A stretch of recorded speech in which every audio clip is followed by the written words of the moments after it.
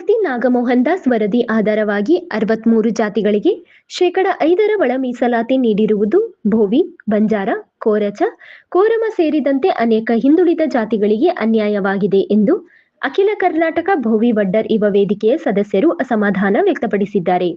ಈ ಹಿನ್ನೆಲೆಯಲ್ಲಿ ಅವರು ಶುಕ್ರವಾರ ಬೈಲಹೊಂಗಲದ ಉಪವಿಭಾಗಾಧಿಕಾರಿ ಪ್ರವೀಣ್ ಜೈನ್ ಅವರಿಗೆ ಮನವಿ ಸಲ್ಲಿಸಿದರು. ಭೋವಿ ವಡ್ಡರ್ ಯುವ ವೇದಿಕೆಯ ಜಿಲ್ಲಾಧ್ಯಕ್ಷ ಮಾನಿಂಗ್ ಬಂಡಿ ವಡ್ಡರ್ ಮಾತನಾಡಿ, ನಾಗಮೋಹನ್ ದಾಸ್ ಸಮಿತಿಯ ವರದಿಯನ್ನು ಆಧರಿಸಿ ಸರ್ಕಾರ ಇತ್ತೀಚೆಗೆ ಒಳ ಮೀಸಲಾತಿಯನ್ನು ಜಾರಿಗೆ ತಂದಿದೆ.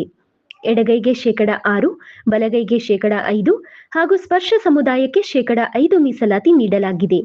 ಆದರೆ ವರದಿಯಲ್ಲಿಯೇ ಭೋವಿ ವಡ್ಡರ್ ಸಮಾಜವು ಶೈಕ್ಷಣಿಕ, ಆರ್ಥಿಕ ಹಾಗೂ ಸಾಮಾಜಿಕವಾಗಿ ಅತ್ಯಂತ ಹಿಂದುಳಿದ ಸಮುದಾಯವೆಂದು ಉಲ್ಲೇಖವಿದೆ. ಇತರ ಸಮುದಾಯಗಳೊಂದಿಗೆ ಪೈಪೋಟಿ ನಡೆಸಲು ನಮ್ಮ ಸಮಾಜಕ್ಕೆ ಸಾಧ್ಯವಿಲ್ಲ. ಆದ್ದರಿಂದ ಸ್ಪರ್ಶ ಸಮುದಾಯಕ್ಕೆ ನೀಡಿರುವ ಮೀಸಲಾತಿಯನ್ನು 7% ಏರಿಸುವಂತೆ ಸರ್ಕಾರ ಕ್ರಮ ಕೈಗೊಳ್ಳಬೇಕು ಎಂದು ಒತ್ತಾಯಿಸಿದರು.